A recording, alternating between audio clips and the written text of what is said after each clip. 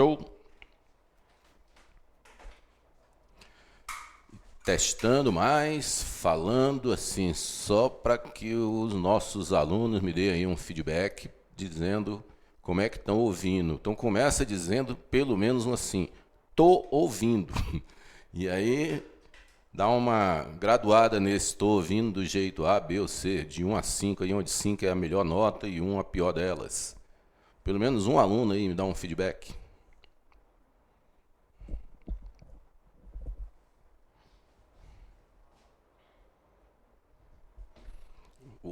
5 por 5. Opa, mudou e mudou muito. Bom, então, nesse layout novo, microfone aqui assim instalado nas orelhas, não fizeram na bitola passearense, mas nós vamos nos adaptando aqui, nem que eu acabe a aula com dor de cabeça. Show de bola? É isso, moçada, vamos lá. Carlos, Paulo, 5 por 5. Então, microfone resolvido, graças a Deus. Como o áudio estava ruim, então deixa eu puxar o assunto de novo que eu falei aí no iniciozinho, que só prestou para vocês dizerem que estava com chiadeira. No final da aula passada, porque a proposta de hoje é o mundo penal, Código Penal Militar. Mas no final da aula passada eu vi que um colega, não gravei o nome dele, que tinha feito uma observação que as questões 4, 5 e 11, lá do caderno de questões, lá da apostila de vocês, que estaria com o gabarito errado. Então, eu olhei, de fato, o colega tem razão, não recordo, se ele estiver assistindo aí, pode se pronunciar e dizer, né, que fui eu que fiz o alerta aí. E aí vamos abordar, então, essas questões. E mais uma da prova passada, do ano passado, de 2023, que tem a ver com sindicância, e eu preciso de puxar um ponto específico. Feita essa mini revisão, esse fecha de sindicância, aí sim a gente mergulha em direito penal. Combinados? Então, vamos nós. Vamos nós aqui. Questão de número 41, prova de 2023, prova do ano passado.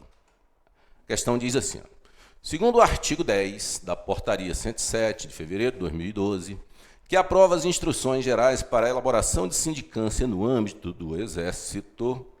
Deixa eu aparecer aqui no cantinho. Aí pergunta, qual a quantidade de dias que a autoridade nomeante pode conceder como prorrogação do prazo da sindicância? Então, questão do ano passado. Só assim, frisando que foi uma prova que gostou muito nas nossas matérias de cobrar prazos.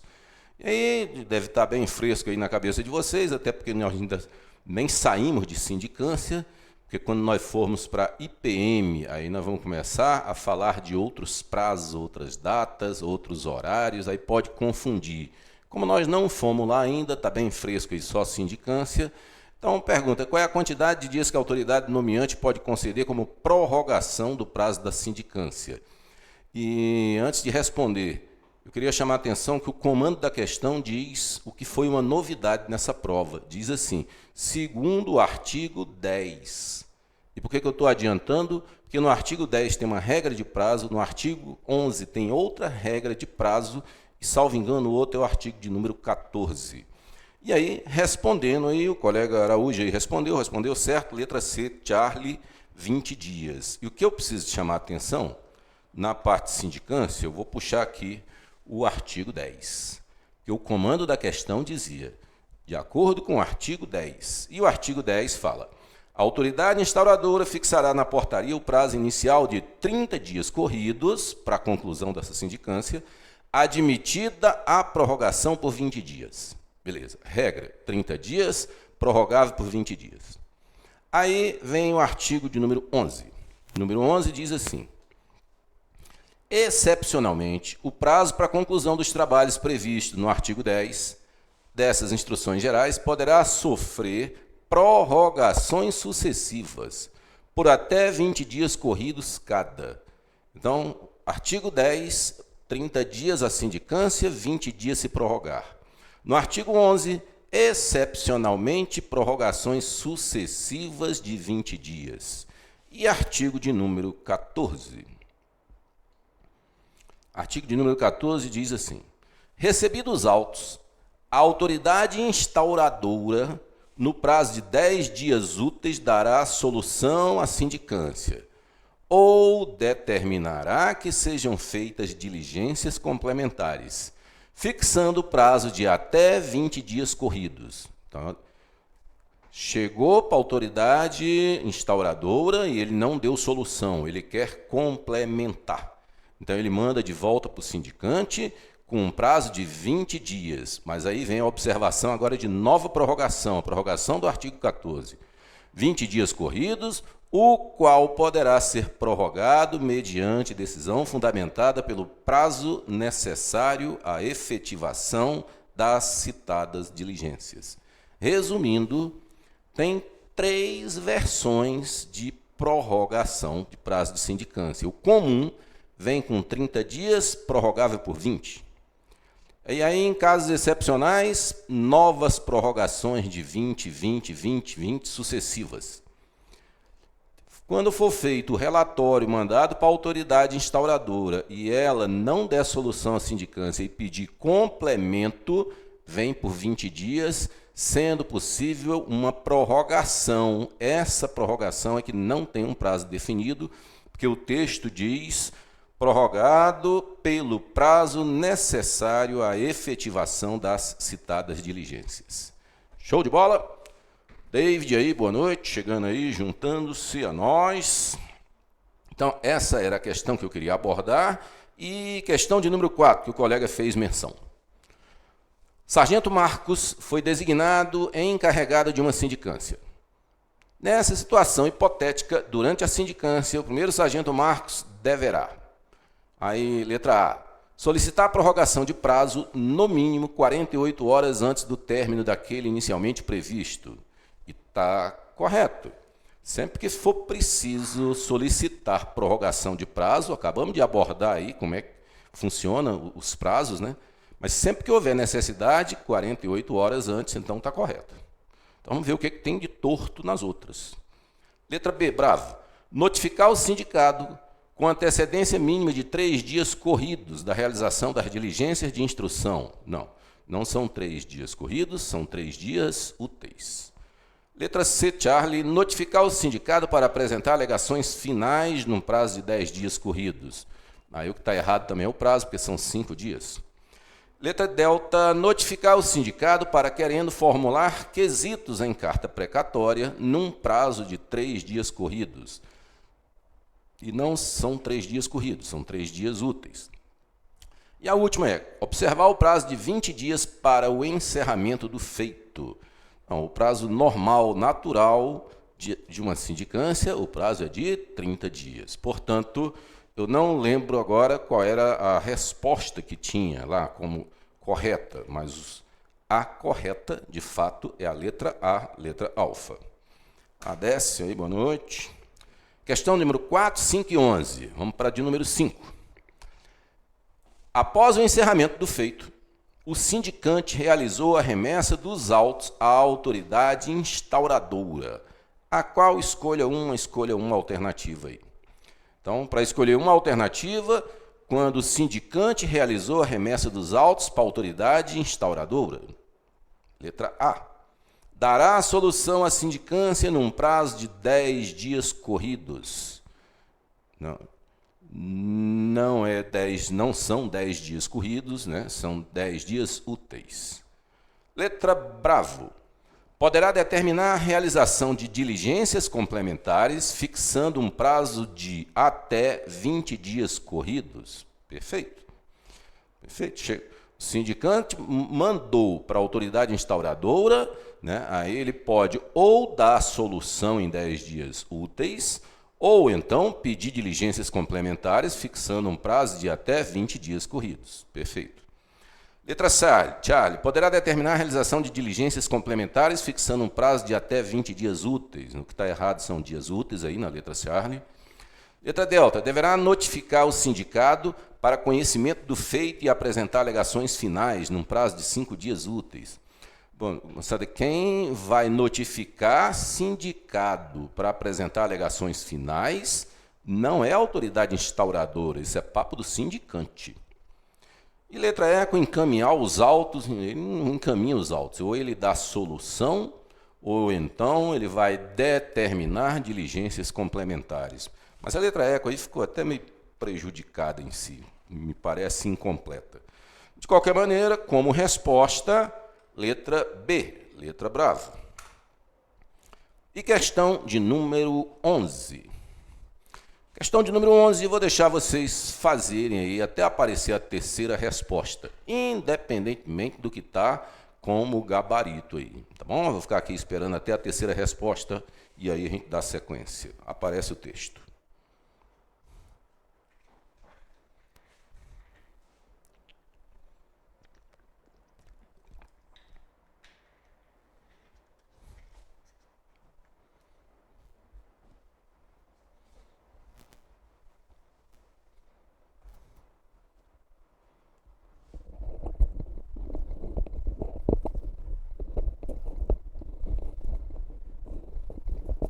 Só tirando a limpo aí o som, sendo redundante, continua limpo, né?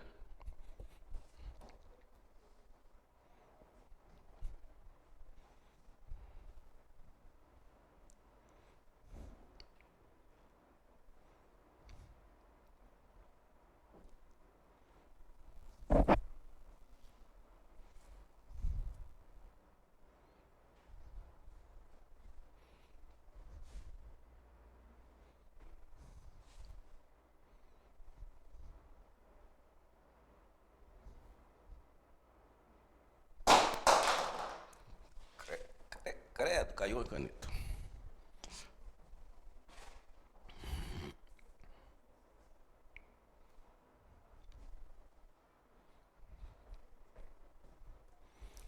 Márcio Gavinho, questão é... A prorrogação não seria de 20 dias corridos? Eu imagino que você está se referindo à questão anterior, eu volto nela, tá, Márcio?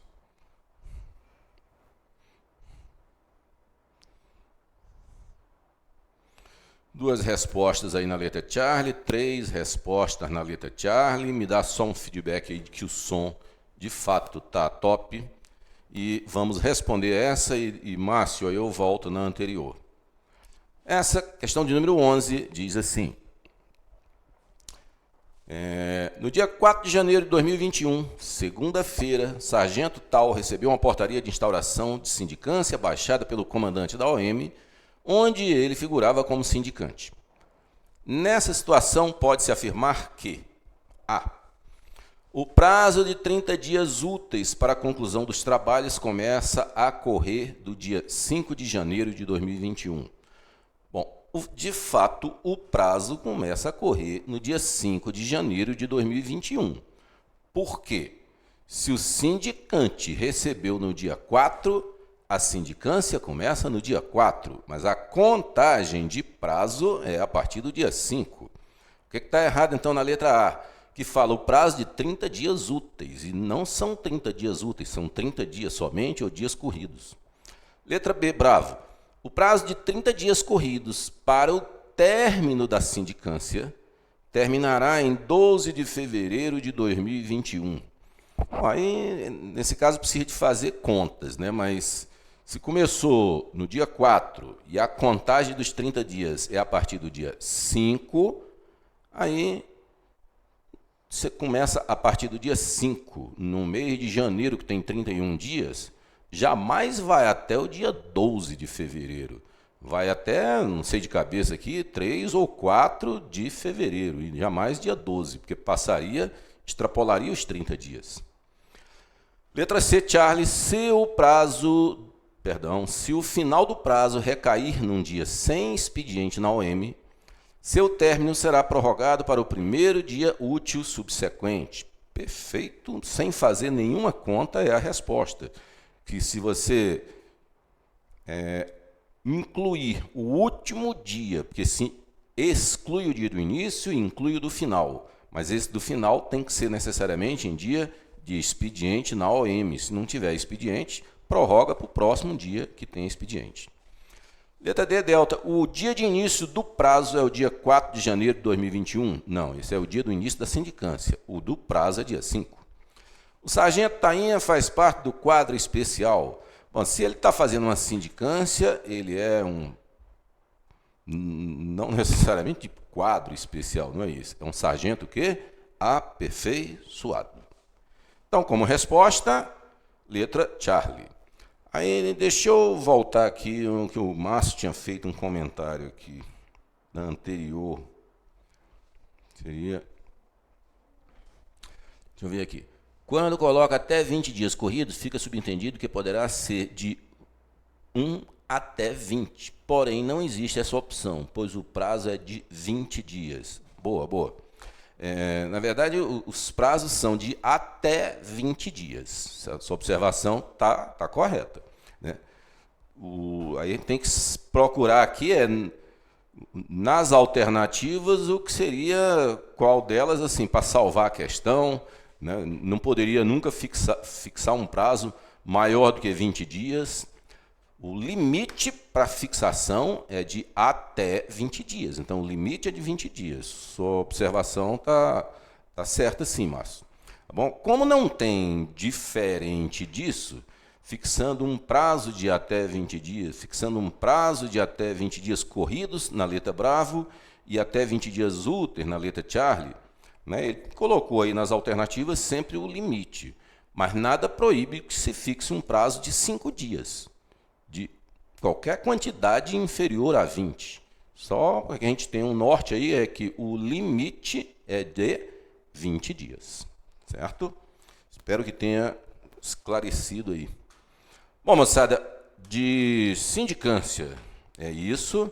E aí a gente volta em sindicância quando nós formos tratar aí de algumas revisões. Tá bom? Agora vamos mudar o foco. Vamos para direito penal, né? O Código Penal Militar. Algumas regrinhas, nós temos o Código Penal Militar e depois, na sequência, nós vamos ver Processo Penal Militar.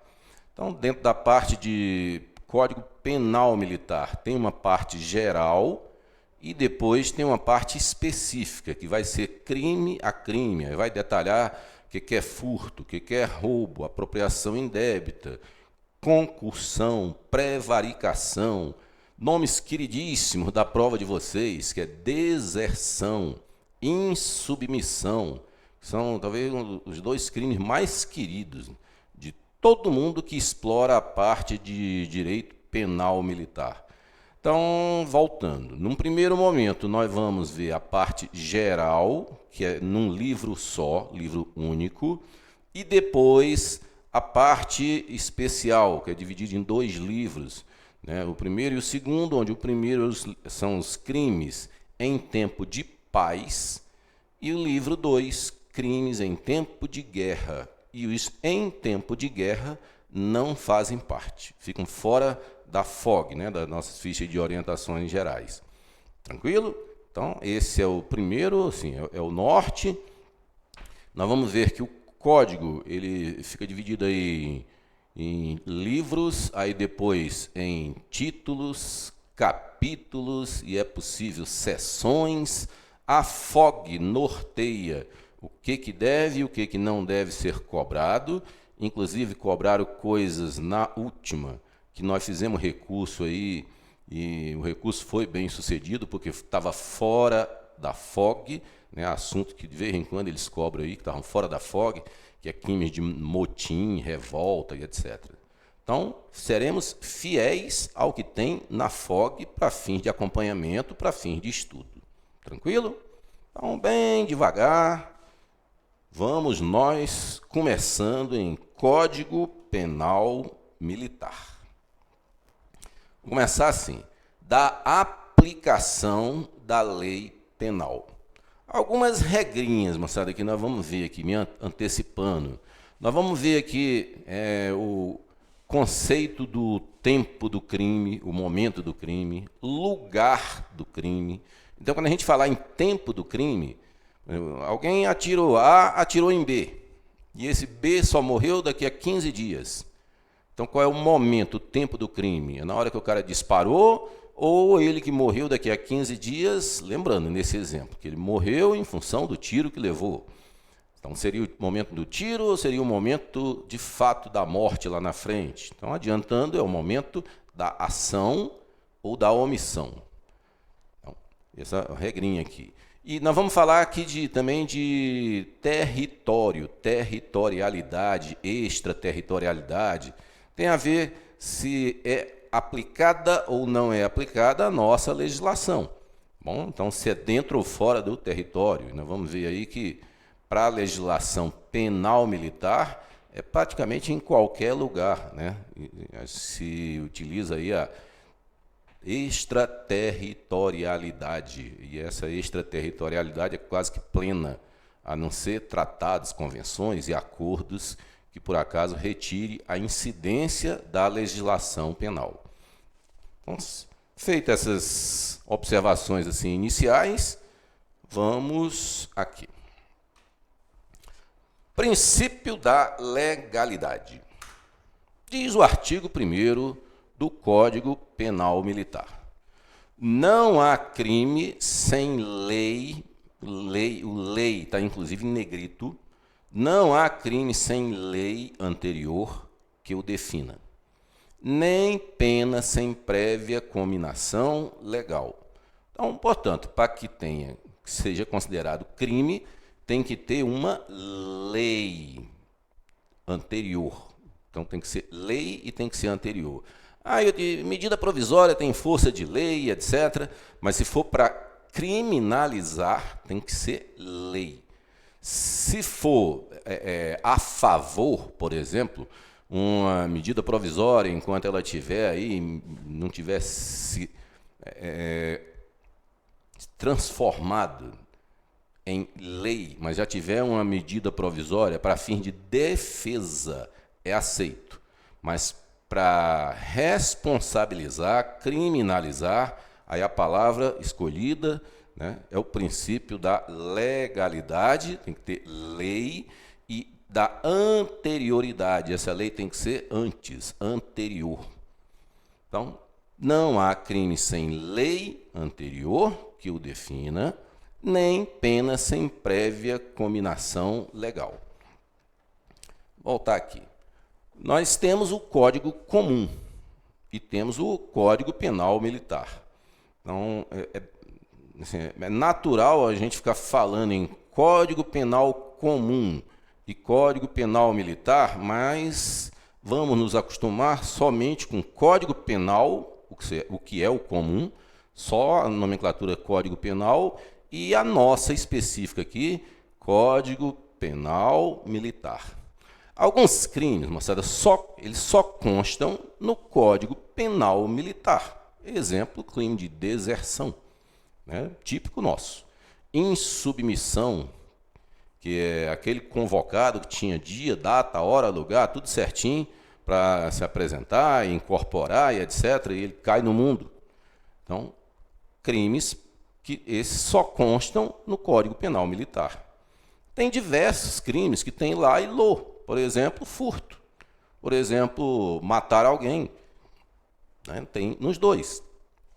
E alguns outros crimes só tem na legislação comum, no Código Penal. Né? Ou na legislação extravagante, que é o que mais tem na parte de direito comum. Por exemplo, o homicídio culposo conduzindo um veículo automotor. Isso não tem correspondente lá no Código Penal Militar. Então, alguns crimes lá e lô, outros só no Código Penal e outros no Código Penal Militar. Tá? E quando é que nós, militares, nós vamos estar sujeitos à legislação de um lado ou à legislação do outro? Isso fica bem claro, bem definido quando nós chegarmos no artigo 9º, que vai dizer que os crimes militares em tempo de paz são aqueles que aconteçam de tal jeito. Aí lá tem as regrinhas, que se a gente se encaixar no artigo 9º, nós vamos responder pelo Código Penal Militar. Alguns crimes, o nome é idêntico. Por exemplo, do furto. É idêntico, tanto no Código Comum quanto no Código Penal Militar. Mas a pena é diferente. O do furto, legislação comum, é de 1 a 4 anos de reclusão. e no nosso, de 1 a 6 anos. Então, embora exista o mesmo crime, mas é apenado, mais salgado um pouquinho dentro da legislação militar. Então, quando é que nós vamos utilizar um e outro? A gente fica, por enquanto, devendo, quando nós passarmos pelo artigo 9º, é para ficar claro. Show de bola? Então, continuando. Uma observação aí. Apesar de a redação do dispositivo do artigo 1º ser idêntica à do artigo 1º também do Código Penal, é necessário entender que no direito penal militar não há pena, porque está escrito lá no artigo 1º, lá em cima, não há pena, mas nós precisamos de entender que também não há medida de segurança sem prévia cominação legal. Até porque uma medida de segurança é uma medida que ela impõe restrições. E se tem algo que impõe restrição na nossa vida, dentro do mundo penal, tem que ter uma lei antes dizendo que tal coisa, se eu fizer, suportarei uma medida de segurança, suportarei uma medida restritiva.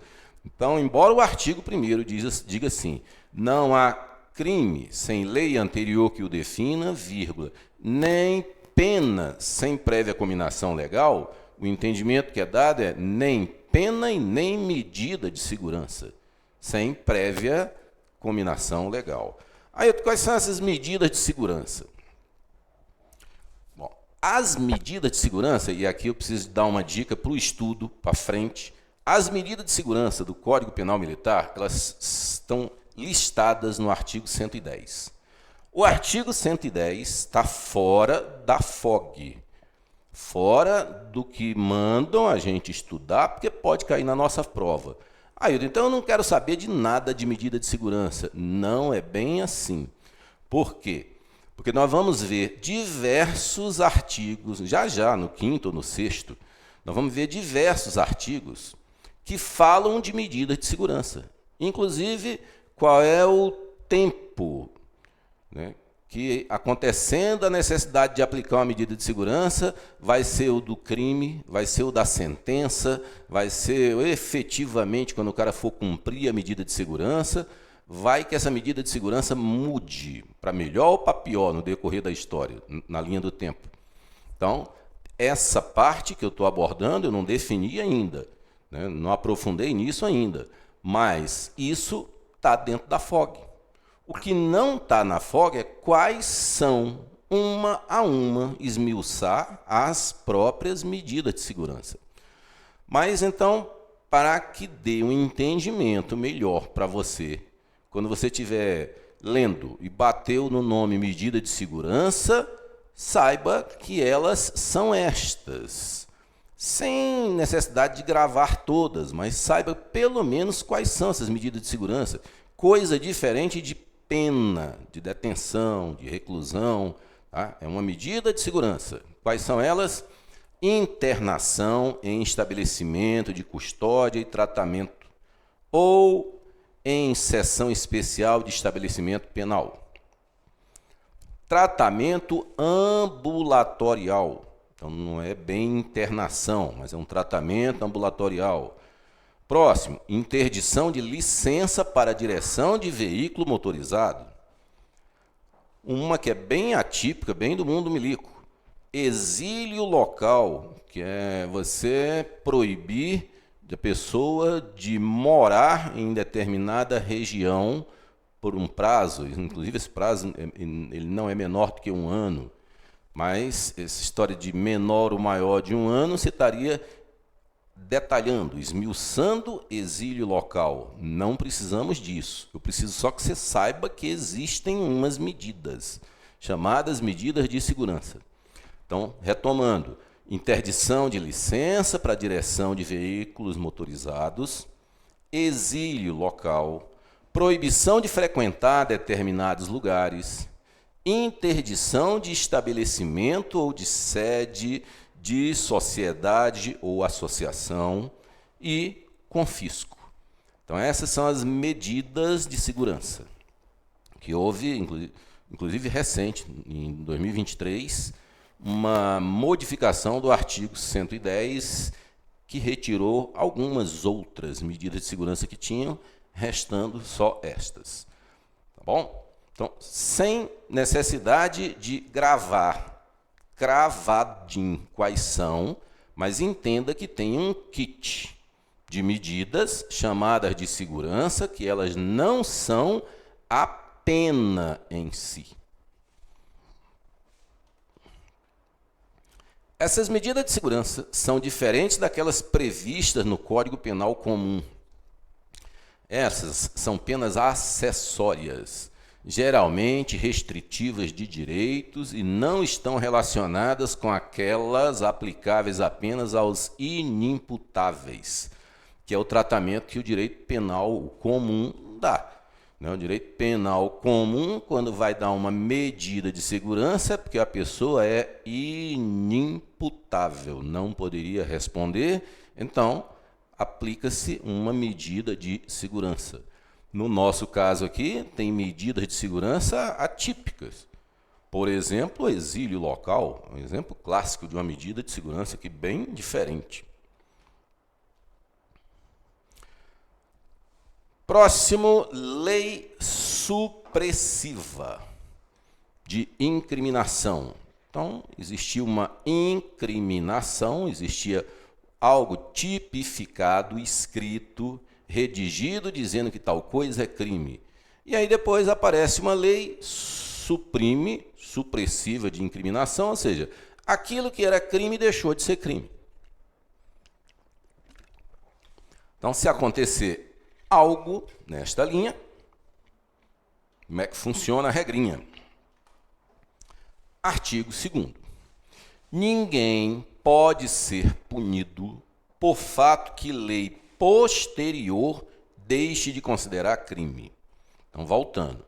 Ninguém pode ser punido por fato que lei posterior deixe de considerar crime, vírgula, cessando em virtude dela a execução, se o cara já estiver cumprindo pena, né? Então, desculpe, aí vai cessar a execução e os efeitos penais da sentença condenatória. Então, retirar os efeitos penais é como se a pessoa nunca tivesse sido apenado, nunca tivesse sido condenado, não vai contar para reincidência, enfim, nada vai ficar maculado. É como se ele nunca tivesse sido sentenciado e, eventualmente, até cumprido parte da execução.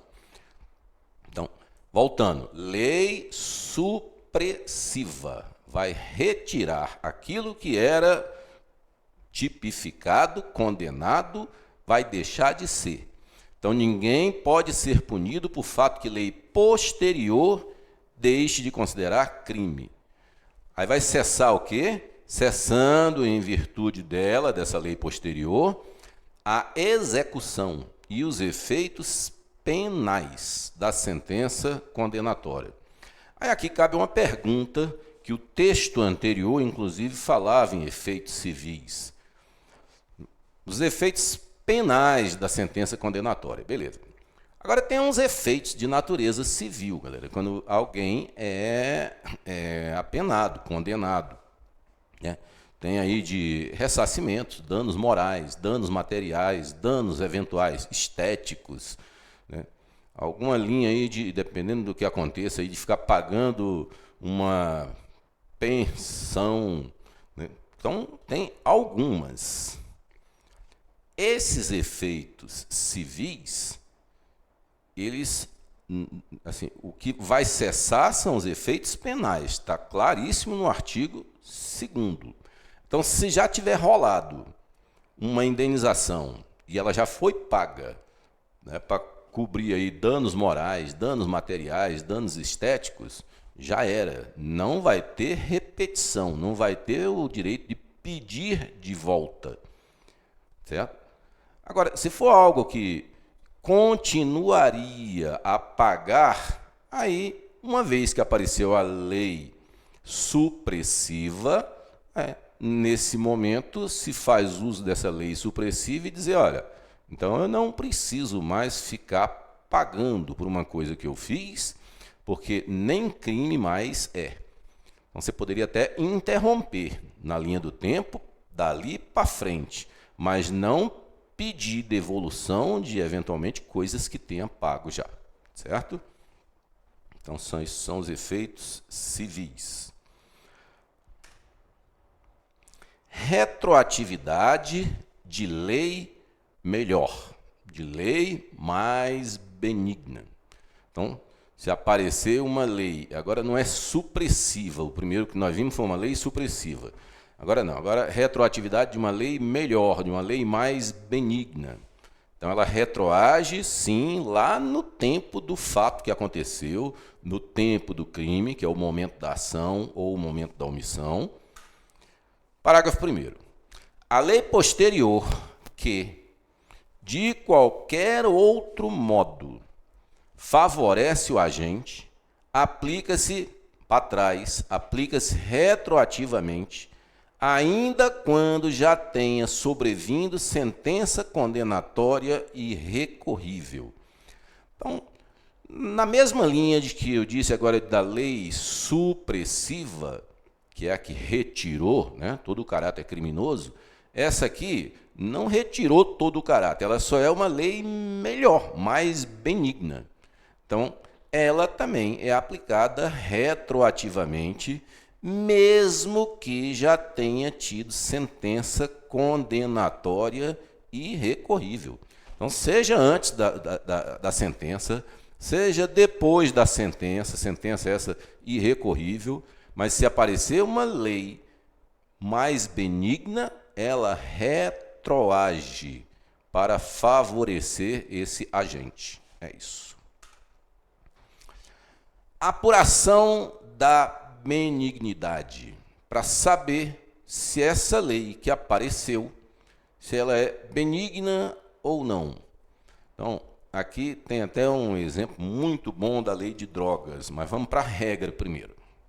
Diz assim: para se reconhecer qual a mais favorável, entenda, qual a lei mais favorável, a lei posterior e a lei anterior devem ser consideradas separadamente, isoladamente, cada qual no conjunto de suas normas aplicáveis ao fato.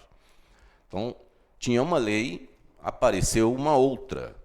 Então, para que eu consiga definir, no meu caso concreto, eu que estava enrolado lá naquele cenário, se a lei, para mim, a mais benigna é a anterior ou é a posterior, aí você tem que considerar 100% da lei anterior ou 100% da lei posterior. O que não pode é você pegar partes da primeira lei, partes da segunda lei, porque, segundo a doutrina aí, a turma que escreve, diz que se você faz, se por acaso fizesse isso, você estaria criando uma terceira lei, que é a mistura de duas, porque uma existia, apareceu uma outra, eu quero aferir se esta outra, se essa nova é mais benigna ou não.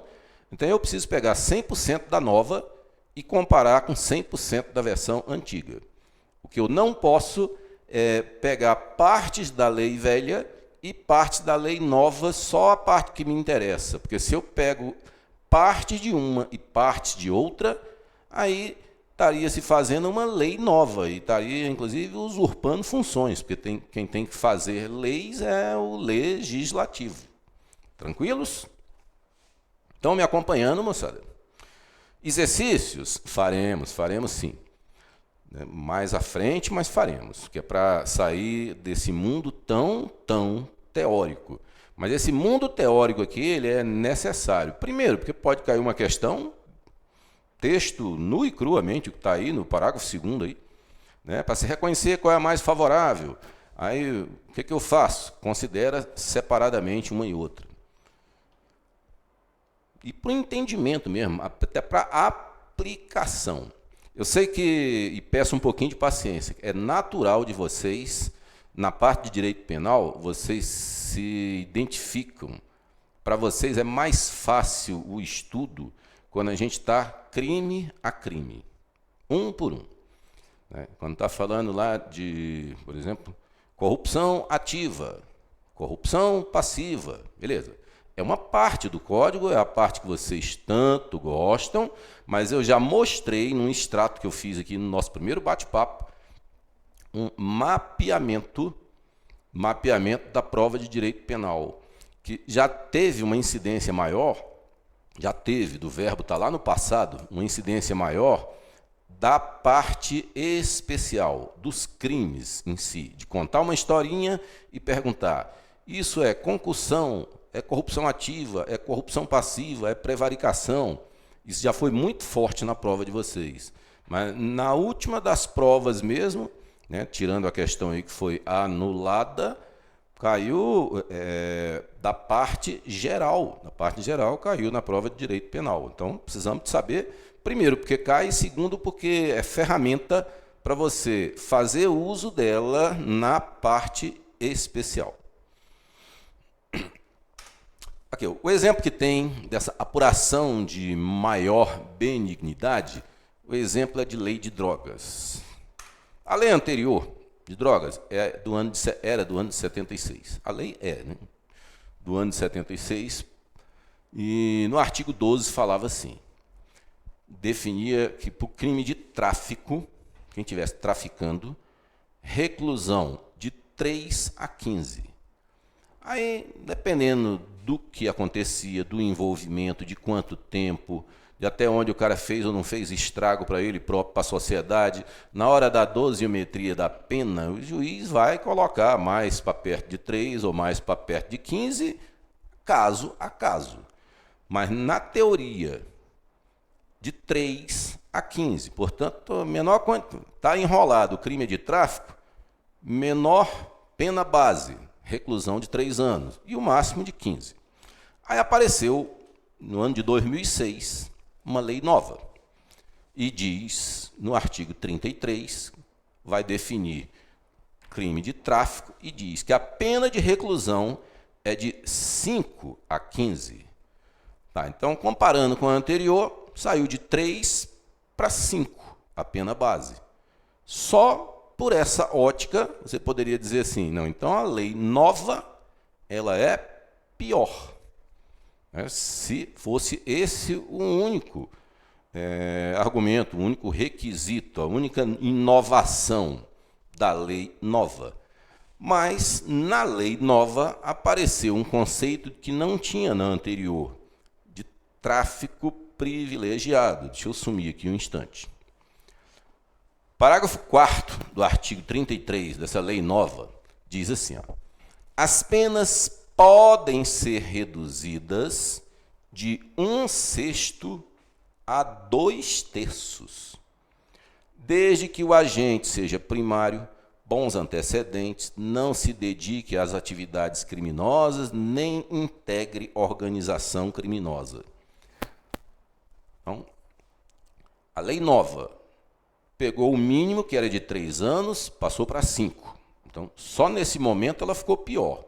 Mas tem um jeitinho, que está lá no parágrafo 4º, que diz, se o cara for gente boa, primário, bons antecedentes, não se dedique nas atividades criminosas e etc., a pena pode ser reduzida até 2/3. Ou seja, em vez de pegar os 5 anos, que é a pena mínima, se o cara reduzir em 2/3, aí caiu significativamente. Mas o que um advogado fez na época da transição de alguém que foi enrolado com tráfico, não lembro agora o ano certinho, se foi 2004 ou 2005, mas quando estava respondendo por tráfico pela lei anterior, que a pena era de 3 a 15. Aí veio a lei nova, aí o que o advogado fez? Opa, essa lei nova, ela tem partes dela que me interessa. Qual é a parte da lei nova que me interessa? Não é a pena base, porque aumentou de 3 para 5, mas aquela história de diminuir até 2/3 Aí o que o advogado entrou e pediu? Ele pediu a lei antiga, que é a pena mínima de 3 anos, e pediu essa redução do parágrafo 4º, que é redução de até 2/3. Então, com essa solicitação, com esse pedido, o que esse advogado fez? Ele estava inventando uma terceira lei, somando, juntando, mesclando as duas. Então, demorou, bateu cabeça, foi parar, inclusive, no Supremo, e na época que o Supremo foi julgar, o Supremo disse o seguinte: o Código Penal Militar esclarece isso, dizendo que tem que ser analisado. Agora eu volto no parágrafo 2º lá, apuração da maior benignidade.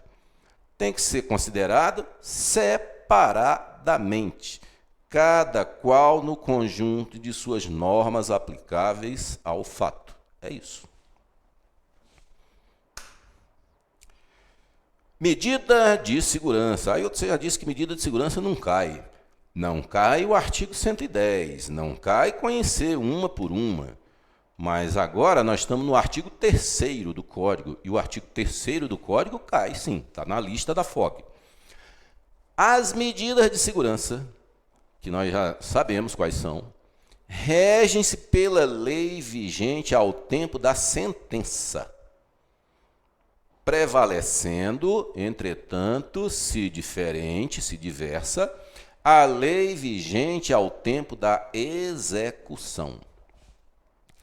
Então, aqui é uma regra patinho feio, é uma regra diferente de quando se está aplicando pena ou quando se está aplicando medida de segurança. Artigo 3º vai dizer que, se for na aplicação de medida de segurança, são as leis ao tempo da sentença. E perceba como isso é bem questionado, inclusive, no direito. Porque, assim, se lá na frente eu estou sendo sentenciado e eu vou pegar uma medida de segurança, é porque eu cometi algo para trás. Se eu estivesse sendo apenado, e não medida de segurança, estivesse sendo apenado, as leis eram as leis da época do fato. Tranquilo? Mas, como eu não estou sendo apenado, eu estou pegando uma medida de segurança, aí o artigo 3º diz que serão as leis ao tempo da sentença. E ainda vai além, prevalecendo, entretanto, se for diversa, se for diferente, se tiver uma nova mudança, a lei vigente ao tempo da execução.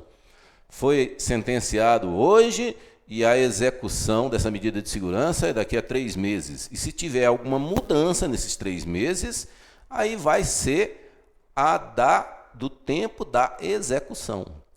Então, muitos doutrinadores brigam, batem cabeça e dizem que isso não é constitucional. Reclamam que isso não foi recepcionado pela Constituição. Vou pegar aqui só um autor, Magalhães Noronha, diz o seguinte: que não há distinção alguma entre pena e medida de segurança.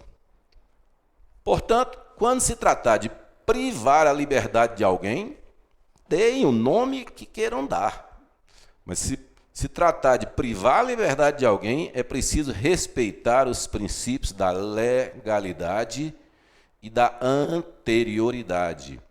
E principalmente esse da anterioridade, se você olhar o que está lá no artigo 3º, ele ficou meio prejudicado, moçada. Por quê? Porque no caso de aplicar a medida de segurança, vai ser a lei do tempo da sentença. E se ainda for diferente, vai ser a lei do tempo da execução.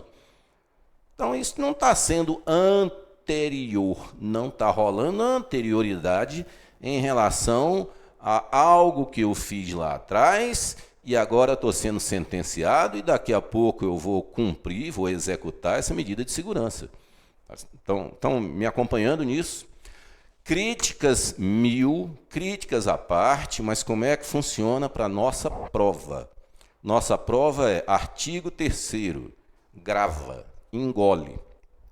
Engole, então, o seguinte, que medida de segurança ela vai se reger pela lei ao tempo da sentença. E se enrolar diferença, vai ser a lei vigente ao tempo da execução. Por mais que Magalhães, Noronha e mais não sei quantos critiquem, mas a nossa prova não é prova aberta, não é discursiva, não é para discorra sobre o que você acha disso ou daquilo, não. É só cara crachá. Tá bom? Então, mas por que eu tenho que explicar isso? Então, por que você perdeu tempo de dizer que Magalhães, Noronha acha ou não acha tal coisa? É porque você que está estudando aí, alguns com um pouquinho mais de bagagem de direito, outros com um pouquinho menos. Mas você vai falar assim, pô, mas até agora você estava dizendo que o que manda é a lei, porque o que rege é tempus regem acto. É a lei do momento do crime. Depois, se aparecer uma lei supressiva, aquilo deixou de ser crime. Se aparecer uma lei mais benigna, ela retroage, nós já vimos. Mas retroage ao momento do crime, o tempo do crime. Então, é sempre em relação ao tempo do crime. Aí, de uma hora para outra, deixou de ser o tempo do crime e virou da sentença. O que tem de estranho que é da sentença? É quando for aplicação de medida de segurança. Tá firme isso, moçada. Tem que estar firme aí para vocês. Tá bem? Lei excepcional ou lei temporária. Lei excepcional ou lei temporária. O temporário ajuda o nome por si só de estudo. E a lei excepcional, em alguns casos, aparece. Então, vamos aqui. Ó. O que diz o artigo 4º? A lei excepcional ou temporária, embora decorrido o período de sua duração ou cessadas as circunstâncias que a determinaram, aplica-se ao fato praticado durante sua vigência. Aqui não se fala em retroatividade, aqui se fala em para frente, ultratividade. Então, na linha do tempo aqui, algo aconteceu de excepcional, crises, calamidades, ou então uma lei temporária, que o exemplo que eu tenho aqui é a lei da Copa, né? A Copa do Mundo que teve aqui, acho que o ano foi 2014. Então, para você meio que segurar a onda da sociedade, cria uma lei que vale por um tempo. A temporária, ela tem, inclusive, data de fim. E a lei excepcional é enquanto tiver um balaio de gato, tiver alguma coisa de estranho acontecendo que precisou de se fazer uma lei. Então, são momentos que o Estado atua, cria uma lei para segurar a galera. Fala assim, olha, nós estamos numa situação atípica, mas se fizer besteira, que está nessa lei aqui, temporária ou nessa lei excepcional, vai pagar mais caro. Normalmente são leis onde tem uma reprimenda maior quando se comete algum crime. Aí, daqui a pouco, a Copa acaba. Daqui a pouco, a excepcionalidade que criou a lei excepcional acaba. Mas quem cometeu, cometeu nesse momento, que a sociedade estava carente, é tanto que fizeram essa lei diferente. Né? Então, nesse caso, leis temporárias ou leis excepcionais, elas possuem ultratividade. Então, eu volto aqui na linha do tempo. A caneta aqui é o momento que está vigorando a lei excepcional ou a lei temporária. Aí o cara cometeu aqui, acabou a caneta, acabou o tempo. Acabou a excepcionalidade. Ele vai ser julgado lá na frente. Lá na frente, essa lei não vigora mais. Mas ela possui ultratividade. Ela vai ser considerada, sim, para fim de julgamento, mesmo que o prazo dela, temporária, ou a excepcionalidade já tenha se desfeito. Tranquilo? Volto no artigo 4º. A lei excepcional ou temporária, embora decorrido o período de sua duração, para quem é temporária, ou cessadas as circunstâncias que a determinaram. O texto, cessadas as circunstâncias que a determinaram, é da lei excepcional. Então, decorrido um caso ou outro, mas aplica-se ao fato praticado durante a sua vigência. É isso. Então, quais são as leis? Que o cara fica preso no tempo, porque ele fez besteira quando vigorava certo tipo de lei. Leis excepcionais ou leis temporárias. Dois exemplos aí, a lei temporária é a Lei Geral da Copa, que vigorou até 31 de dezembro de 2014, e lei excepcional, no caso aí de calamidade pública, ou, muitos dizem, o livro 2 do Código Penal Militar. O que é esse negócio de livro 2 do Código Penal Militar? São os crimes em tempo de guerra. E o livro 1 do Código Penal Militar? Crimes em tempo de paz, que é o que nós vamos ver. E livro 1, livro 2 da parte especial.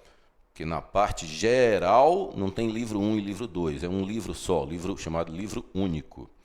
Então o livro 1 e 2 são do Código Penal Militar na parte especial, onde o livro 1 é o crime em tempo de paz, e esse nós vamos ver quase que todo, né? O que a FOG nortear a gente vai ver, e o livro 2 fica de fora.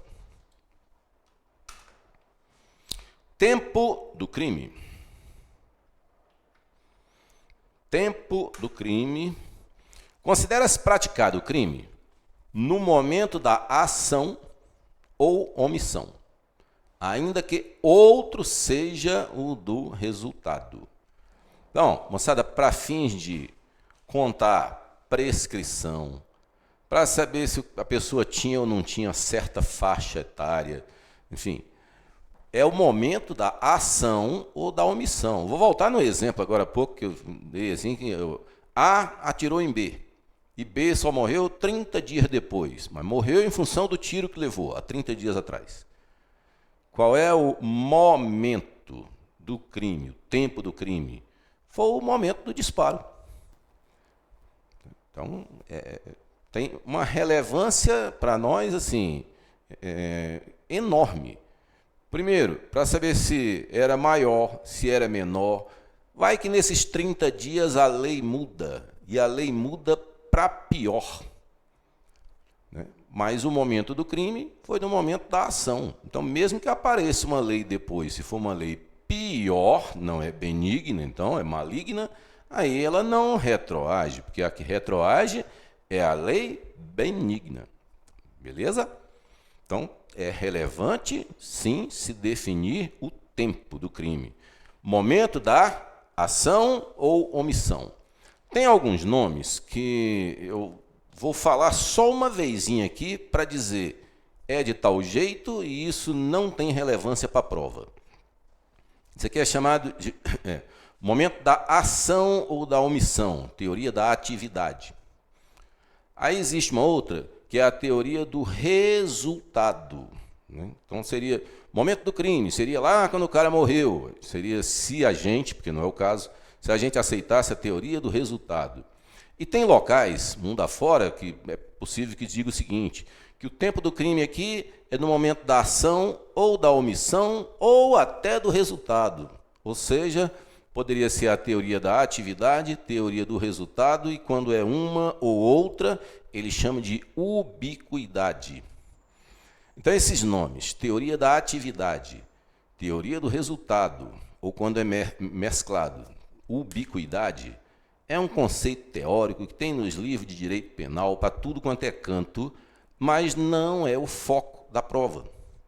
O que a prova precisa, cobra de você, aí sim é o que está ali em negrito, no artigo 5º.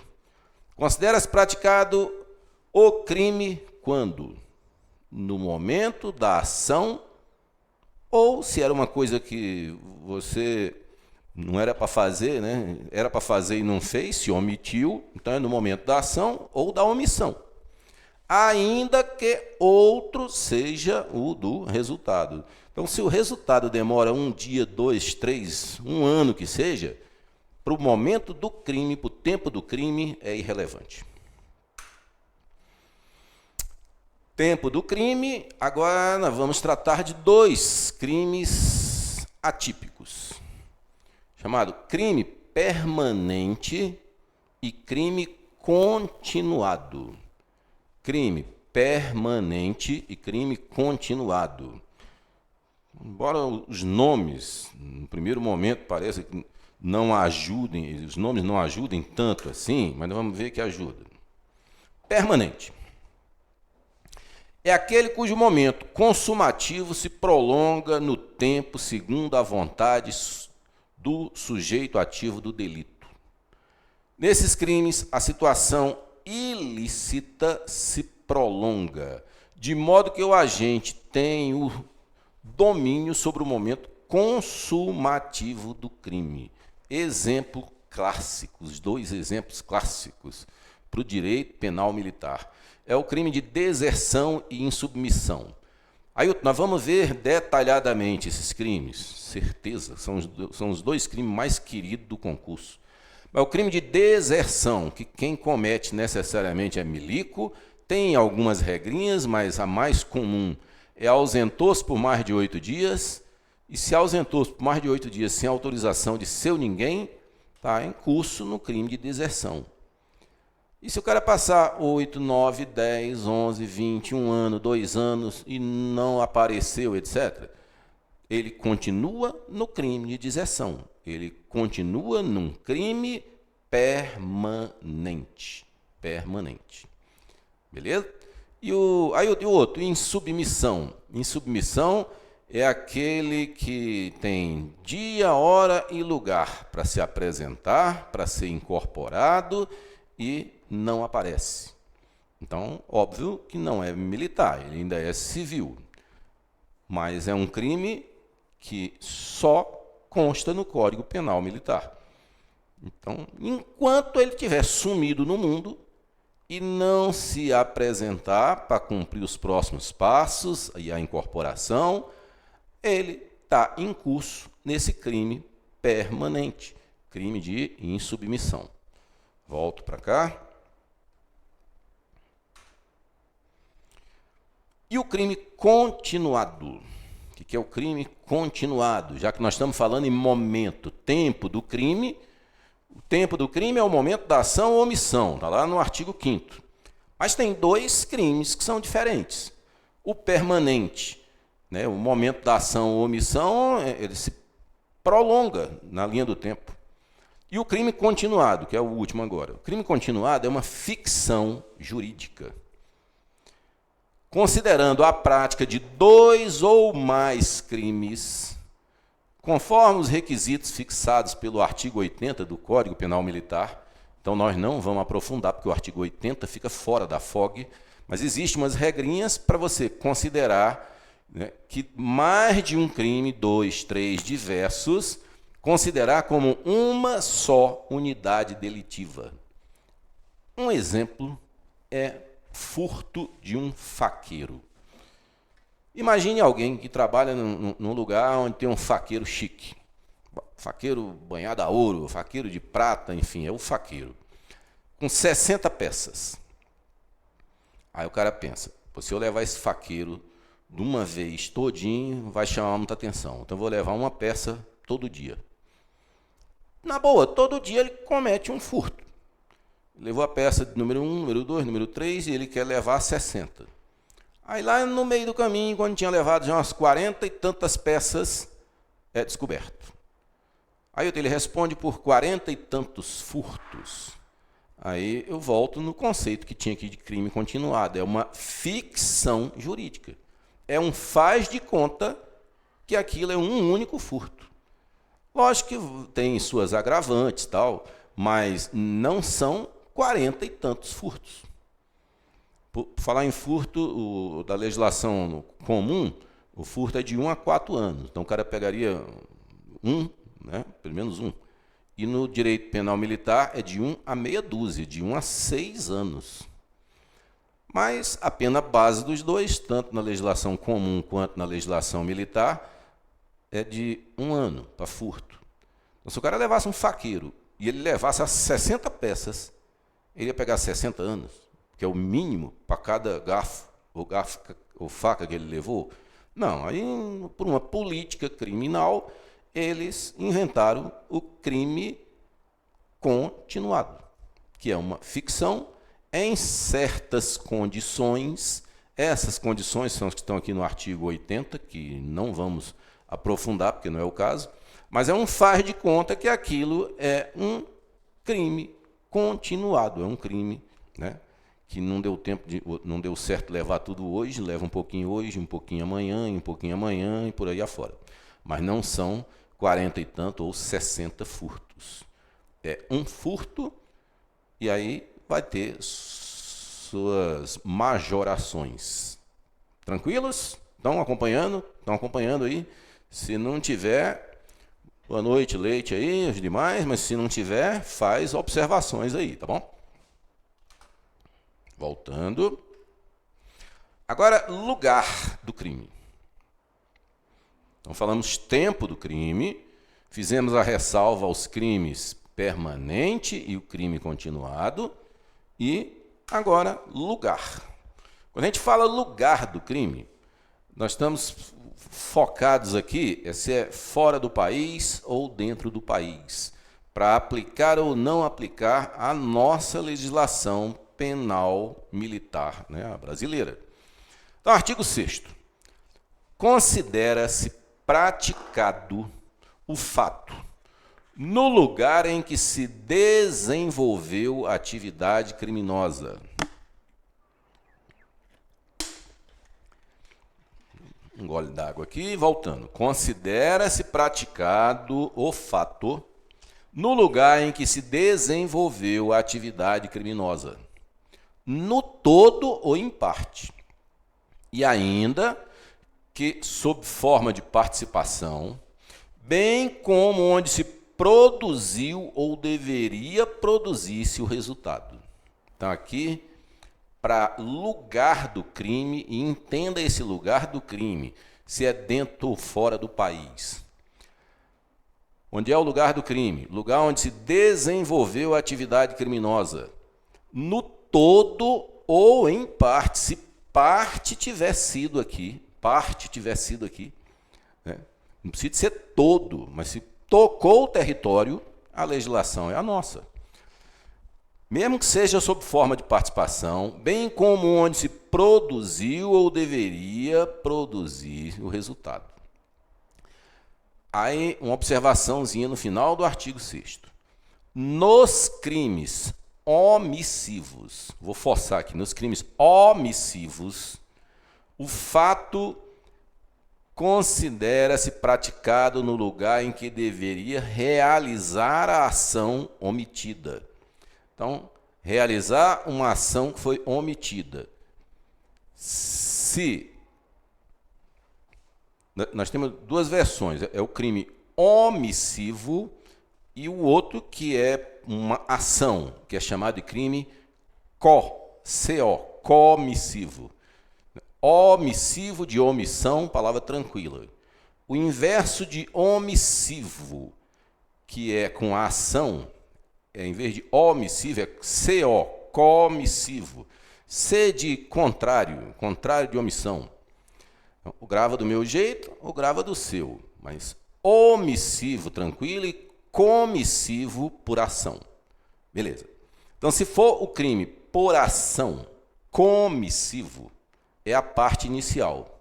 Considera-se praticado o fato no lugar em que se desenvolveu a atividade criminosa, toda ou uma parte dela, ainda que sob forma de participação, bem como onde se produziu ou deveria produzir o resultado.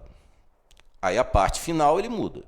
Nos crimes omissivos, o fato considera-se praticado no lugar em que deveria realizar a ação que foi omitida. Então tem uma diferença aí se o crime é omissivo ou comissivo. Para o comissivo, que envolve ação, é o lugar onde se desenvolveu a atividade criminosa, no todo ou em parte, ou onde produziu o resultado ou deveria produzir. Já no crime omissivo, é no lugar onde deveria ter sido feita determinada ação, não fez e foi omisso.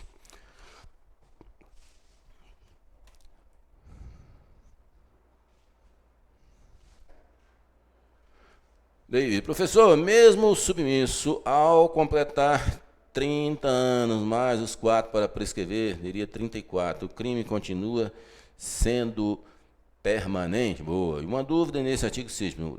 Lugar onde desenvolveu a atividade e onde se produziu o resultado não pode ser diferente? Começa respondendo pela última. O lugar onde se desenvolveu a atividade e onde se produziu o resultado pode sim ser diferente. Às vezes de um país para outro. É mandado, exemplo aí, de uma carta-bomba. É enviada, não produziu o resultado, mas deveria produzir. O destino era para cá, então incide a legislação nossa.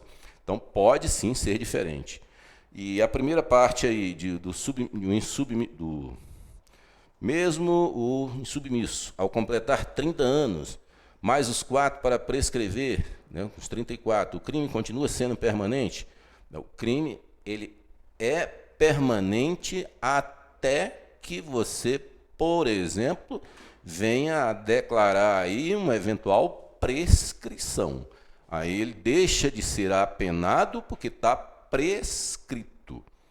Então, prescreveu, aí nesse caso particular, porque nós vamos ver para o David e para os colegas, né, para os demais, que no crime de insubmissão existem regras, tanto quanto de deserção, existem regras próprias, regras típicas para fim de se calcular prescrição.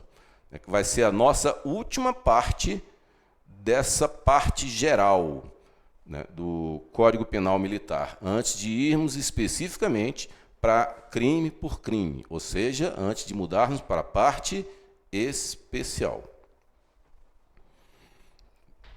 Bom, artigo 6º, territorialidade e extraterritorialidade, sempre pensando em dentro ou fora aqui das nossas fronteiras.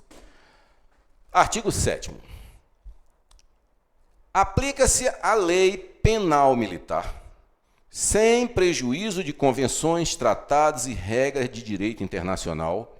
Então, agora eu vou ler sem essa parte de sem prejuízo de convenções, tratados e regras de direito internacional. Eu vou pular isso. Vou ler a regra geral mesmo. É o que está em negrito.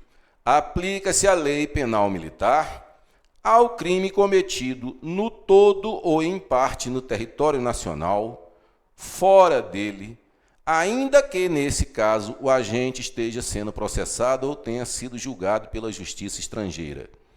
Então, regra, aplica-se a lei penal militar ao crime cometido no todo ou em parte no território nacional ou fora dele. Ainda que, neste caso, fora dele, nesse caso, o agente esteja sendo processado ou tenha sido julgado pela justiça estrangeira. Beleza. Agora lê direito, lê inclusive a parte que você pulou.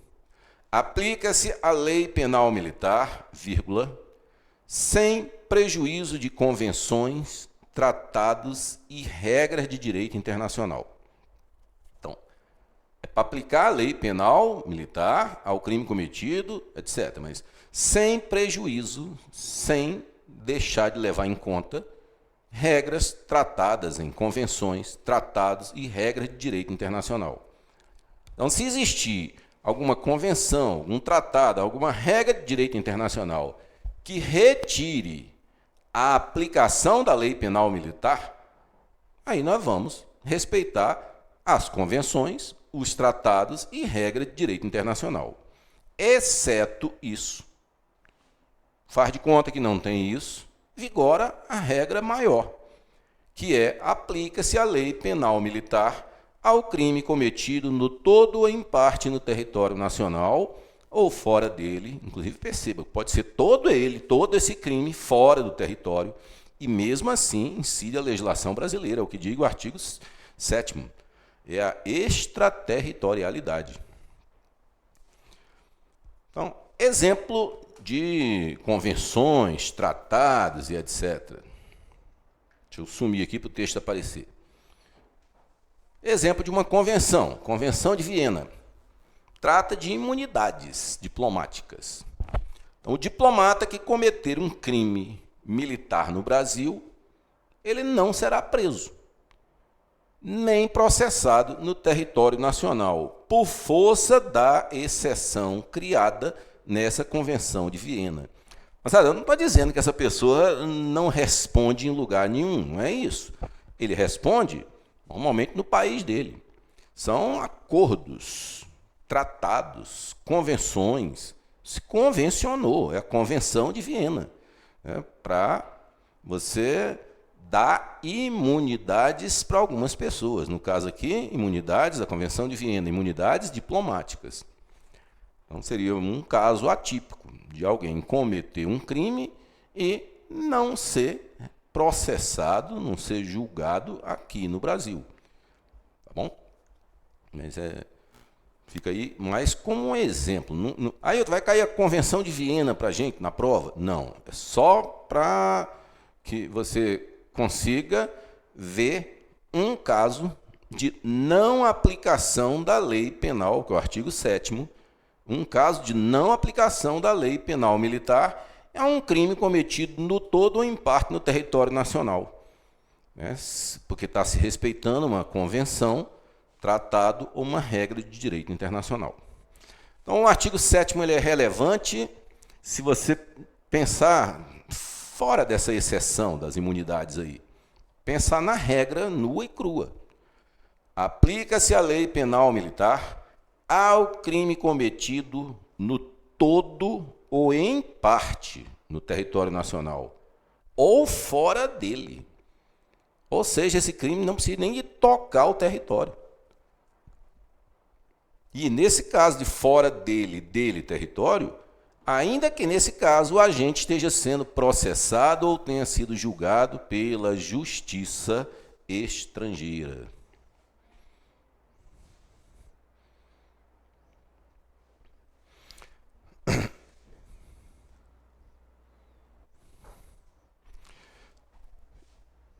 Artigo 7, Leonardo, artigo 7º, eu entendi, no todo ou em parte, no território nacional.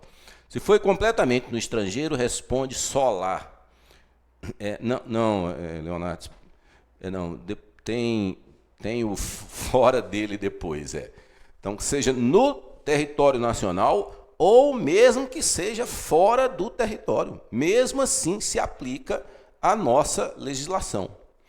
E aí ainda tem uma observação, ainda que nesse caso o agente esteja sendo processado ou tenha sido julgado pela justiça estrangeira.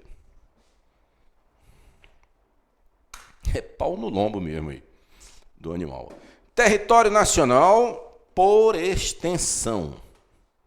Eu falei com esse microfone aqui, não fizeram bitola para a cabeça de cearense. Eu posso me sacanear à vontade porque eu sou legítimo. Não tem bullying aí com seu ninguém. Parágrafo 1º. Para os efeitos da lei penal militar, considera-se como extensão do território nacional, é um faz de conta, considera-se como extensão do território nacional as aeronaves e os navios brasileiros. Quando você estiver estudando, grava essa parte, que a parte que nós estamos falando aqui no parágrafo 1º é referente a aeronaves e navios brasileiros. O marca-texto destaca de alguma maneira esses brasileiros aí. Vou destacar aqui para vocês aqui em amarelo. Isso.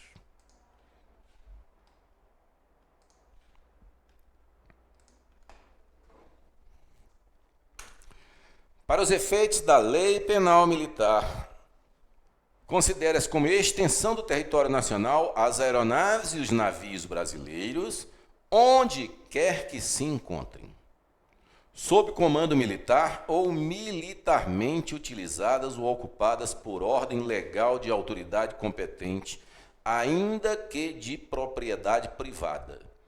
Então, mesmo que seja de propriedade privada, mas se tiver sob comando militar ou militarmente utilizadas ou ocupadas por ordem legal de autoridade competente, aí elas são consideradas como extensão do território brasileiro.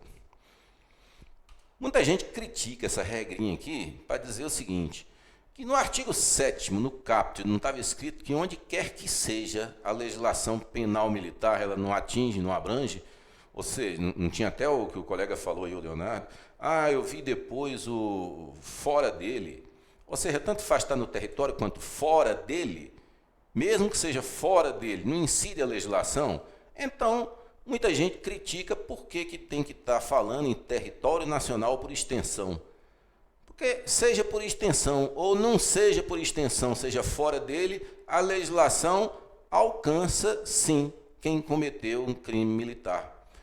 Mas está aqui no parágrafo 1º, serve para cair na prova, portanto, para os efeitos da lei penal militar, considera-se como extensão do território nacional as aeronaves e os navios brasileiros, porque vai ter uma regrinha diferente para os navios estrangeiros, já está ali à vista.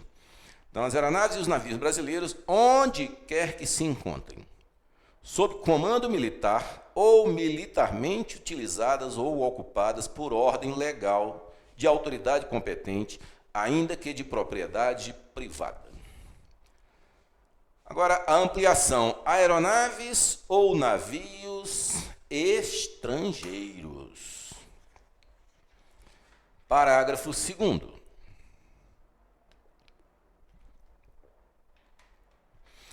É também aplicável a lei penal militar ao crime praticado a bordo de aeronaves ou navios estrangeiros, desde que em lugar sujeito à administração militar, e o crime atente contra as instituições militares. Conceito de navio, bem facinho, tomara que caia um negócio desse na prova. Conceito de navio. Deixa eu sumir aqui para o texto aparecer todo. Para efeito da aplicação deste código, considera-se navio toda embarcação sob comando militar. Então, para fins da aplicação deste código aqui, o que é navio? Toda embarcação sob comando militar. Então, toda embarcação sob comando militar, nome para o código, para as regras desse código. Navio. Pena cumprida no estrangeiro. Artigo 8º. A pena cumprida no estrangeiro atenua a pena imposta no Brasil pelo mesmo crime, quando diversas as penas, ou nela é computada quando idênticas. Chama detração penal. Artigo 8º. A pena cumprida, o cara já cumpriu por certas coisas que ele fez, mas cumpriu no estrangeiro. Atenua a pena imposta no Brasil. Cumpriu 8 anos, aqui pegou 10. Então, ele já cumpriu 8, aí vai atenuar, vai pagar a diferença, os dois. Isso pelo mesmo crime, né? Então, atenua quando são diversas, ou nela é computada quando são idênticas. Por exemplo, 8 anos lá e 8 anos aqui. Aí computou os 8 anos, porque foi exatamente o mesmo quantitativo.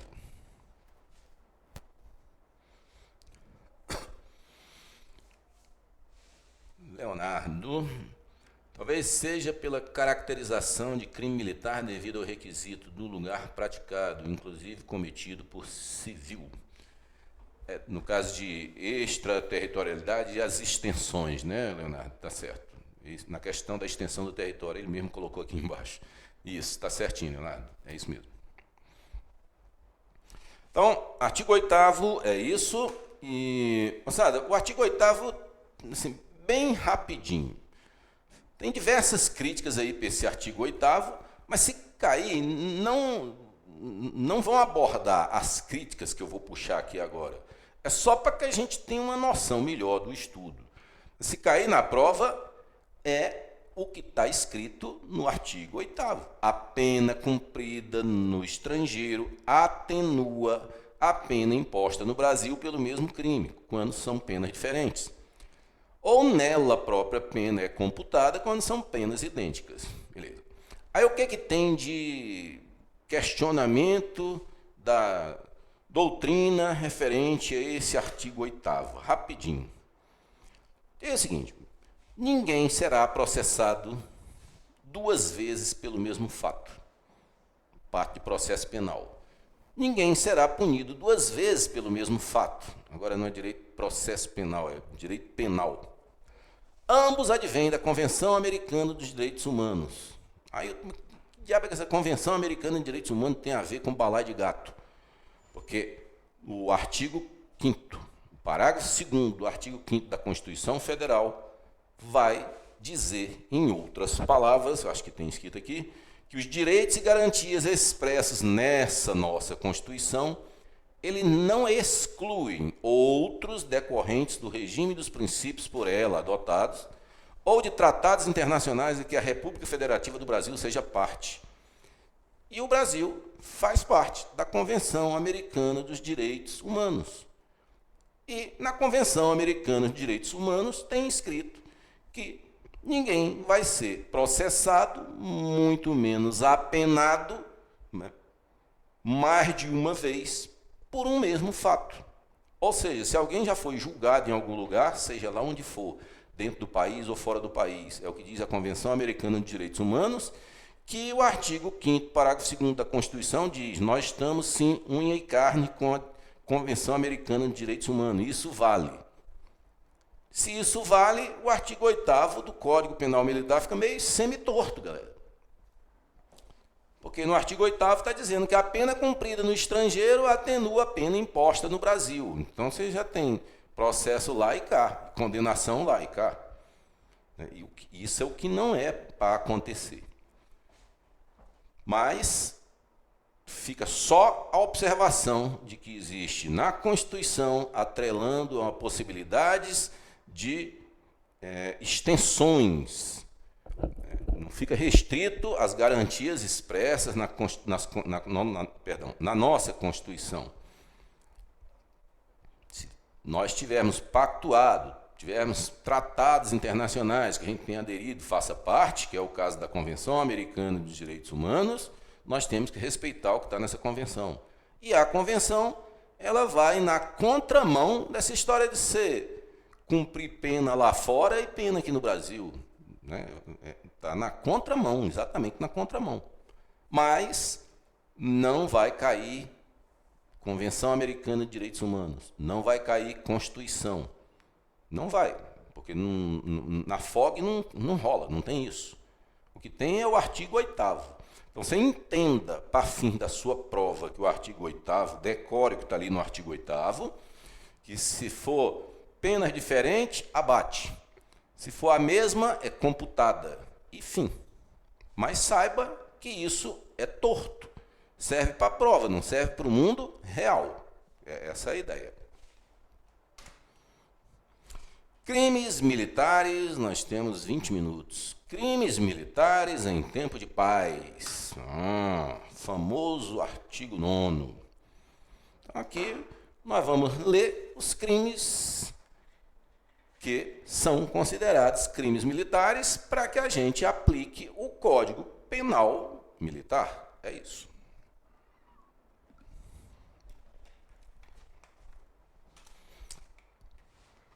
Inciso 1. Considera-se crimes militares em tempo de paz. 1. Os crimes de que trata esse código, nós estamos dentro do Código Penal Militar, os crimes que trata esse código, quando definidos de modo diverso, de modo diferente na lei penal comum, ou nela lei penal comum não previstos, qualquer que seja o agente, salvo disposição especial. Então, vamos por partes. Crimes militares. Os crimes de que trata esse código, então nós estamos dentro do Código Penal Militar, que tem diversos crimes que são tratados nesse código, quando definido de modo diferente na lei penal comum, ou nela não previstos. Exemplo, crime, por exemplo, de deserção, de insubmissão. Esses só tem na legislação de cá. Mas tem um outro, que eu acho que tem até aqui, o crime de incêndio. Cadê? Está aqui. crime de incêndio. O nome, crime de incêndio, tem o mesmo nome nos dois códigos. Um está no artigo 250, o outro no 268. No Código Penal Comum, fala assim: causar incêndio, expondo a perigo a vida, a integridade física ou patrimônio de outrem. Então, quem tacar fogo, expondo a perigo a vida, integridade física ou patrimônio de outrem, no Código Penal Comum, crime de incêndio. E o nosso, do 268? Causar incêndio em lugar sujeito à administração militar, expondo a perigo a vida, a integridade física ou patrimônio de outrem. Então, o nosso colocou um detalhe: tem que ser em lugar sujeito à administração militar. Nesse particular aqui, os dois têm o mesmo nome, crime de incêndio, mas os elementos são diferentes. Então, volta lá no inciso 1º do artigo 9º. Os crimes de que trata esse código, quando definidos de modo diverso na lei penal comum. Aqui é um exemplo de modo diferente na lei penal comum. Está diferente. O nosso é diferente. Então, quem causar incêndio em lugar sujeito à administração militar, está, sim, enrolado pelo Código Penal Militar. Bom, voltando. É o que é falado, definido de maneira diferente na legislação comum ou nela não prevista. Então, se não tiver nem previsto, tiver previsto só na nossa, óbvio que é o caso concreto de aplicação do Código Penal Militar. Considera-se crimes militares. Tá? O crime de deserção aí que é o exemplo. Bom, deixa eu gastar um tempinho aqui sobre a definição aqui de crime propriamente militar. A prova, inclusive, já explorou uma questão em cima desse nome. Crime militar.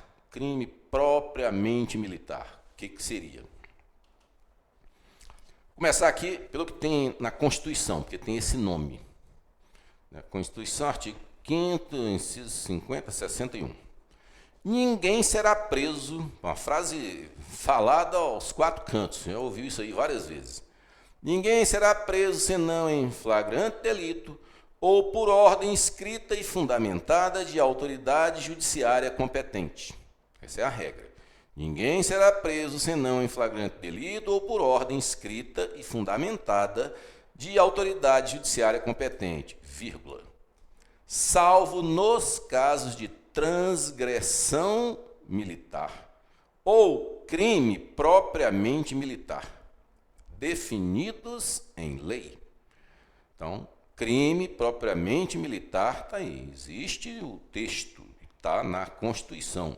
Então, quais são esses crimes propriamente militares? Bate cabeça para saber quais são.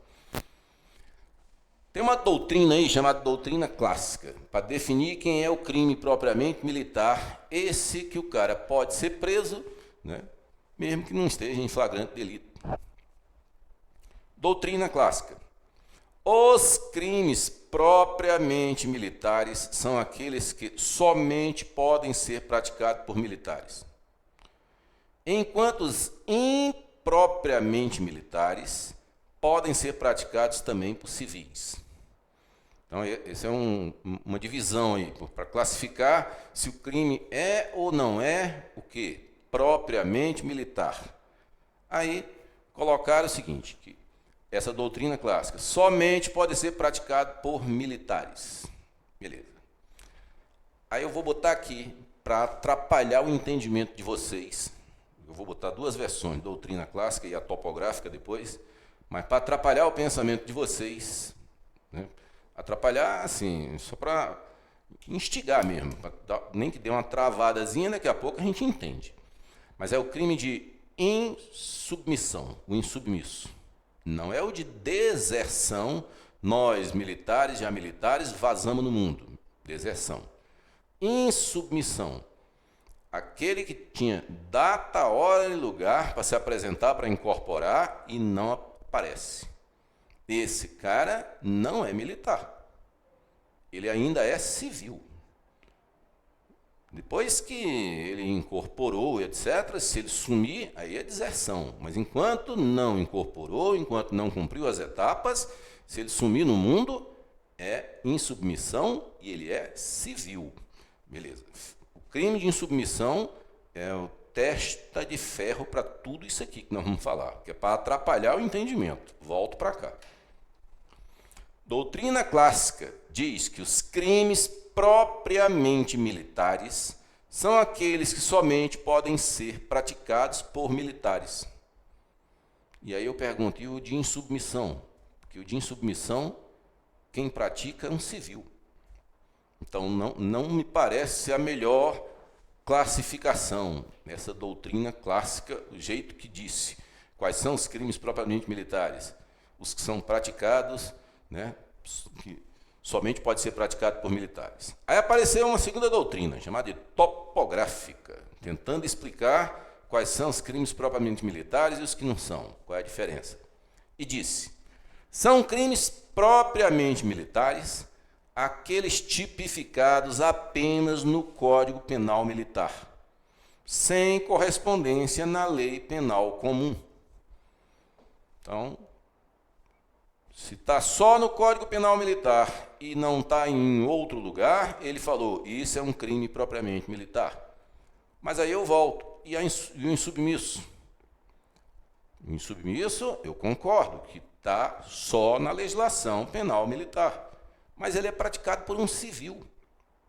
Então, é estranho você dizer que um crime propriamente militar, seja a doutrina clássica, seja a doutrina topográfica, mas que você pegue um exemplo do insubmisso e quem comete é um civil.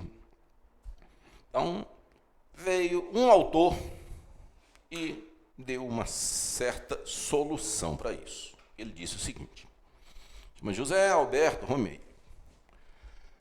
Ele defende como crime propriamente militar aquele em que a ação penal somente pode ser proposta contra militar.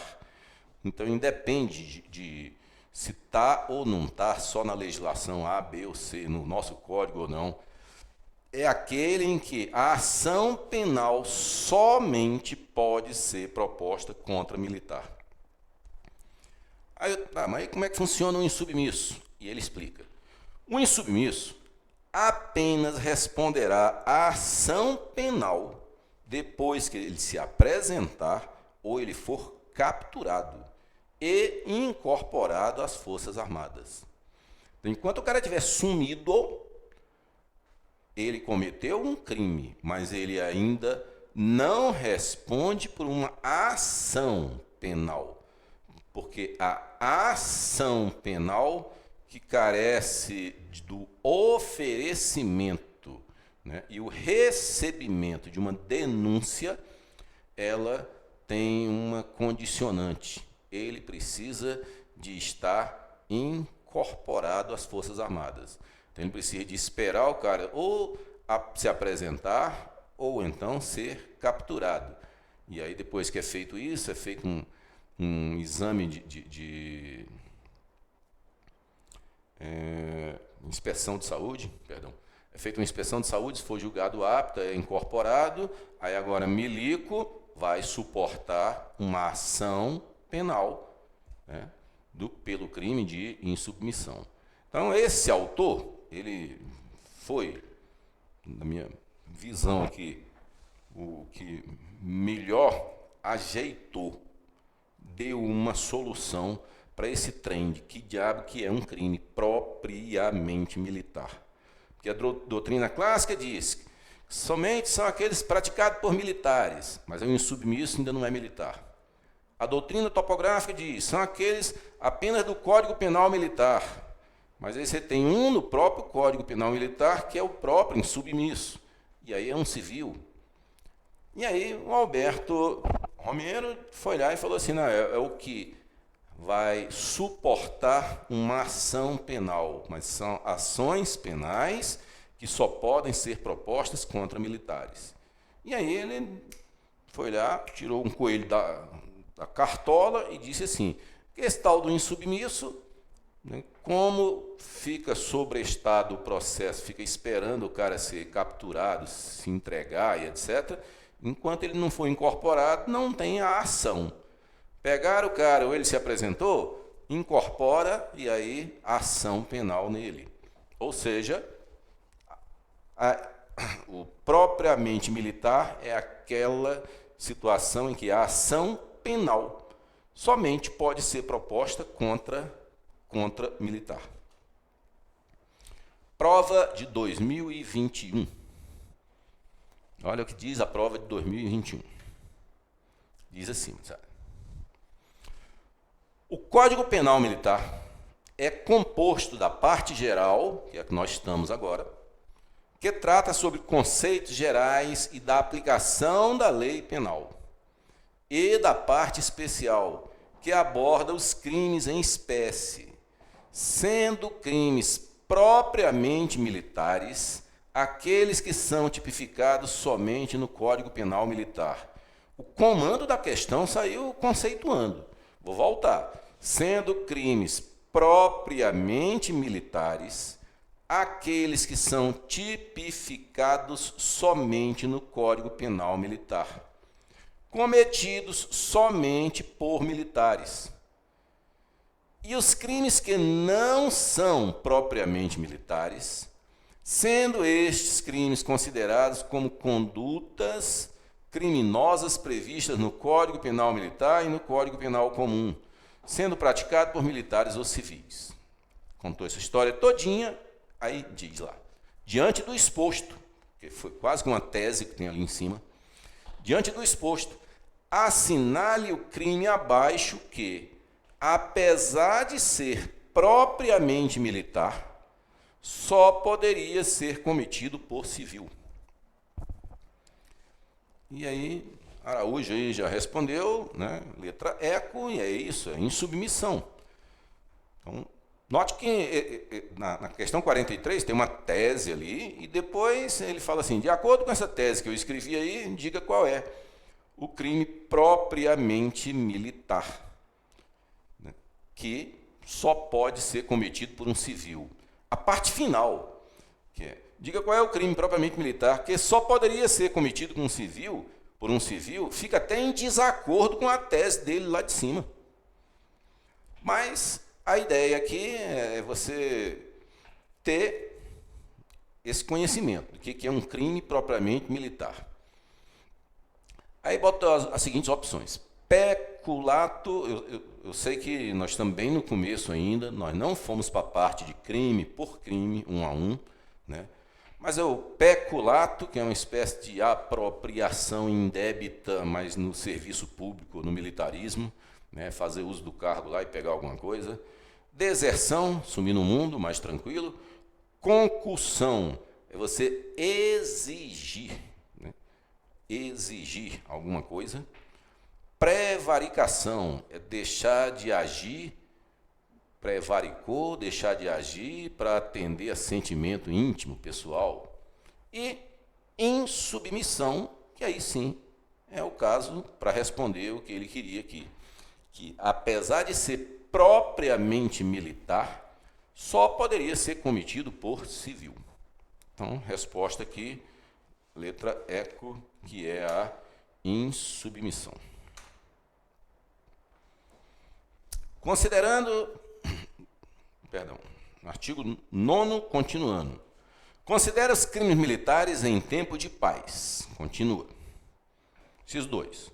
Os crimes previstos neste Código e os previstos na legislação penal, na comum, na aberta, quando praticados. Então, vai depender de quando é praticado, quem pratica e etc.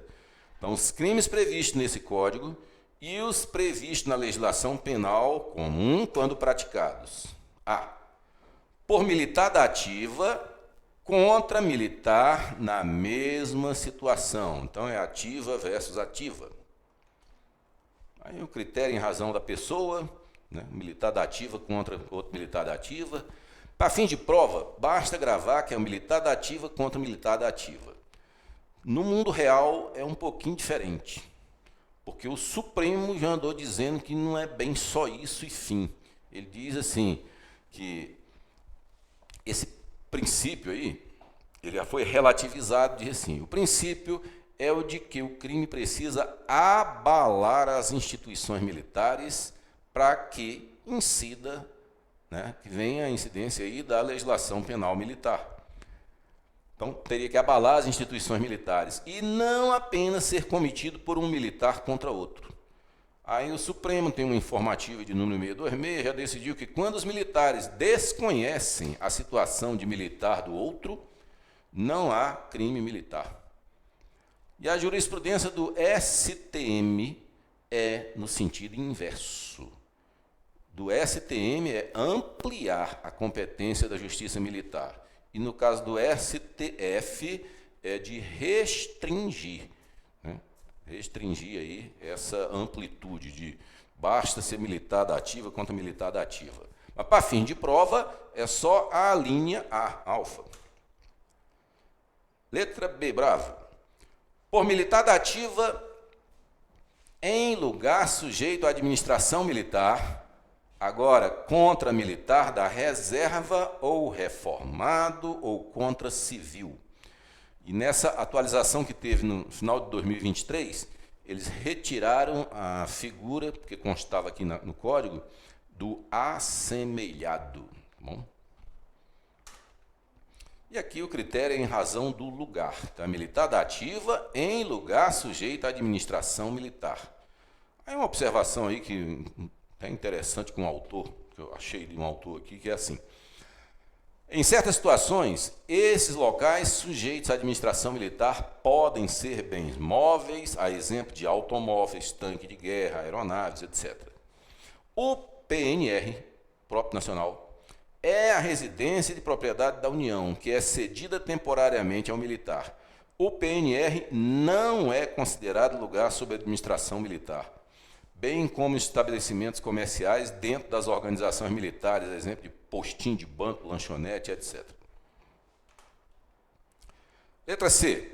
Por militar em serviço ou atuando em razão da função, em comissão de natureza militar ou em formatura, ainda que fora do lugar sujeito à administração militar contra militar da reserva, reformado ou civil. Letra D. Por militar durante o período de manobras ou exercício contra militar da reserva ou reformado ou contra civil. E por militar da ativa contra o patrimônio sob a administração militar ou contra a ordem administrativa militar. Inciso 3. Os crimes praticados por militar da reserva, ou reformado ou por civil, contra as instituições militares, considerando-se como tais não só os compreendidos no inciso 1, como os do inciso 2 nos seguintes casos. Contra o patrimônio sob a administração militar ou contra a ordem administrativa militar. B. Em lugar sujeito à administração militar, contra militar da ativa ou contra servidor público das instituições militares ou da justiça militar, no exercício de função inerente ao seu cargo. C. Contra militar em formatura ou durante o período de prontidão, vigilância, observação, exploração, exercício, acampamento, acantonamento ou manobras. Então, tudo isso que nós estamos falando aqui é por militar da reserva, reformado ou civil contra as instituições, né? E nos seguintes casos. E letra D, delta, deixa eu sumir aqui um minuto. Ainda que fora do lugar, sujeito à administração militar, contra militar em função de natureza militar ou no desempenho de serviço de vigilância, garantia e preservação da ordem pública, administrativa ou judiciária, quando legalmente requisitado para aquele fim ou em obediência à determinação legal superior. Parágrafo 1º. Os crimes de que trata este artigo, quando dolosos contra a vida e cometidos por militares contra civil, serão da competência do tribunal do júri. Aqui só um lembrete, nós estamos no Código Penal Militar, nós somos militares, Forças Armadas, mas esse Código Penal Militar ele não é exclusivo das Forças Armadas. É só lembrar das polícias militares dos estados, Corpo de Bombeiro Militar dos estados, etc. Então, parágrafo 1º.